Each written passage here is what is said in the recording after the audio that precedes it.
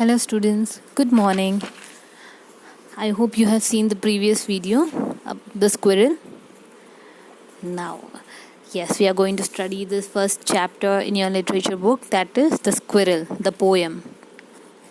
So, did you see that squirrel very closely? If you haven't, I would say you to go back, rewind and see that short video again and try to grab as much as you can. Because this whole chapter revolves about the squirrel, the physical appearance, the imagination of the squirrel. Now let me narrate the poem for you once. This poem, The Squirrel, is basically written by the poet Mildred Bower Armstrong, and he writes, "He wore a question mark for tail, an overcoat of grey. He sat up straight to eat a nut. He liked to tease and play. And if we ran around his trees, he went the other way." It is such a beautiful poem, such a short poem with a lot of meaning. Here, the poet's imagination about the appearance and physical features of the squirrel is narrated in a very simple but very exotic manner. If you see the stanza, it begins with a physical description of the squirrel. The squirrel is grey in color, and therefore the poet says that he wears an overcoat of grey. Now, what is an overcoat of grey? If you could see the squirrel, the body of the squirrel, the grey color stripes, he describes as an overcoat. An overcoat is an blazer or any coat which you wear on your body, right? An overcoat of grey. His tail is twisted like a question mark. If you could see the tail of the squirrel, it is just in the form of the shape of a question mark. Now further, the poet describes the food that the squirrel enjoys. See, what is the squirrel eating? He loves to eat nuts. The poet loves the game of hide and seek between him and the squirrel, as he describes in the line, and if we ran around his trees, he went the other way. Now, if we went too close to the squirrel, it would run and hide in the other direction. We all know squirrel is a very scary animal. Even if it feels someone is coming from behind, if anything is on, it will immediately run away. It won't even stop for a minute. Now here the author refers himself in a very imaginable form of a children.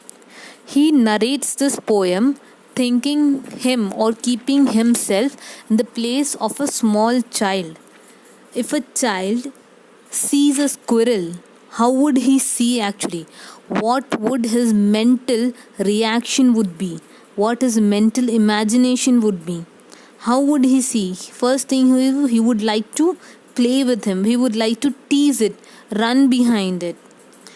Now, if the children run around the trees, the squirrel is sitting, he would run in another direction, moving very swiftly, fastly, and no one can catch him easily. So the whole poem is described in the child's perspective. That's a very simple poem with a lot of meaning. Each line in the poem describes everything. If you see the second para, he sat up straight to eat a nut. Here the posture of the squirrel is discussed. The squirrel sat up straight to eat a nut. Else the squirrel usually sits and runs with a bended back, right? Always bends his back and run away. And when he eats the nuts, he sits straight. Now, if you see this line, he liked to tease and play. Now, as I told you, he has written this poem in the child's perspective. It is a fun-loving creature. He likes to play with human beings, and when someone ran towards him, it would run away in the opposite direction. This scariness, he portrays it in a funful way, as in hide and seek. Now, if you see some words like wear, so there are a lot of meaning of this word wear.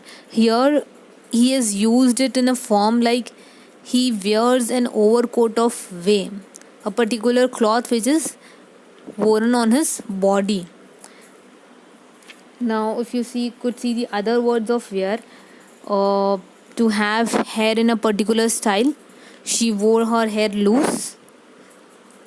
Now in other words you could say as an expression, his face wore a welcoming smile.